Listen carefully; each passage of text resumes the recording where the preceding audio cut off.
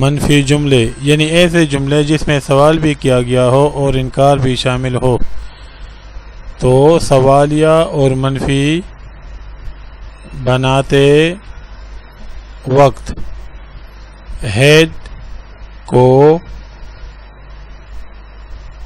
سب سے پہلے اور درمیان میں ناٹ لگاتے ہیں۔ کیا میرے پاس پین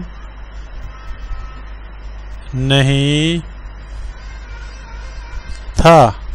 اس میں سوال بھی ہے اور انکار بھی ہے، تو اس کا انگلش آئے گا had I not a pen. اسی طرح کیا اس کے پاس گائے نہیں تھی؟ تو دیکھیے اس کا انگلش آئے گا ہیڈ شی ناٹ اے کاؤ۔ مزید دیکھیے اگر جملے کا خاتمہ چکا تھا، چکے تھے،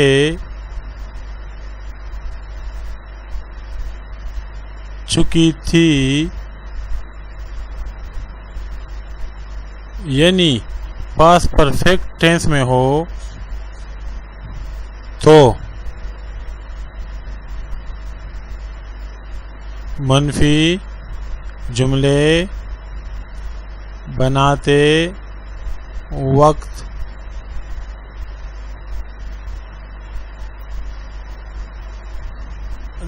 ہیڈ کے بعد ناٹ کا اضافہ کرتے ہیں۔ مثلاً میں نے کرکٹ نہیں کھیلا ہے۔ اس کا آئے گا I had not played cricket۔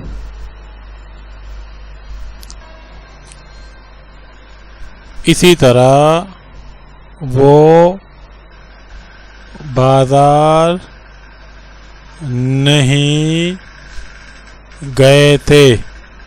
اس کا آئے گا they had not gone to بازار۔ سوالیہ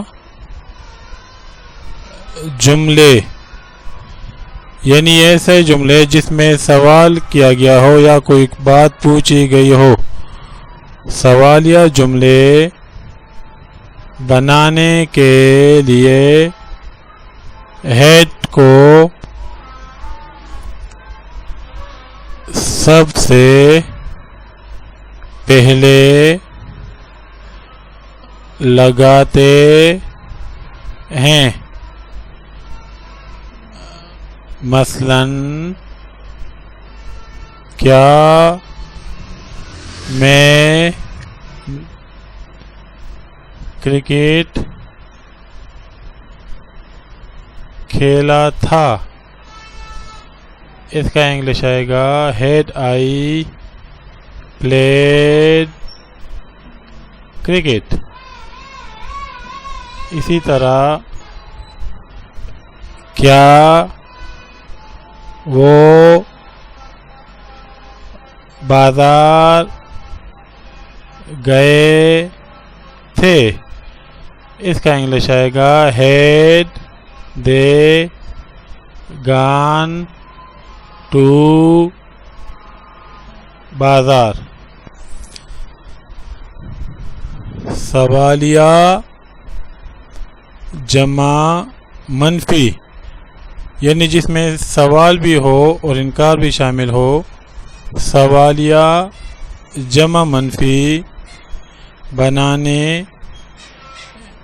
بناتے وقت ہیڈ کو سب سے پہلے اور درمیان میں ناٹ کا اضافہ کرتے ہیں. مثلاً کیا میں نے کرکٹ نہیں کھیلی تھی. اس کا انگلش آئے گا had I not played cricket. اسی طرح کیا وہ بازار نہیں گئے تھے. اسی طرح ہیڈ دے ناٹ گان ٹو بازار. یہ تھا ہیڈ کا استعمال. امید ہے آپ کو پسند آیا ہوگا. اس کے بارے میں مزید کچھ پوچھنا ہو تو وہ کمنٹ میں لکھیے اور میرے ویڈیو کو لائک سبسکرائب اور شیئر کرنا نہ بھولیں. سبسکرائب کرتے ہوئے گھنٹی کے نشان بیل آئیکن کو دبائیں اور پریس آل کریں. ملیں گے اگلی ویڈیو میں انشاءاللہ. السلام علیکم.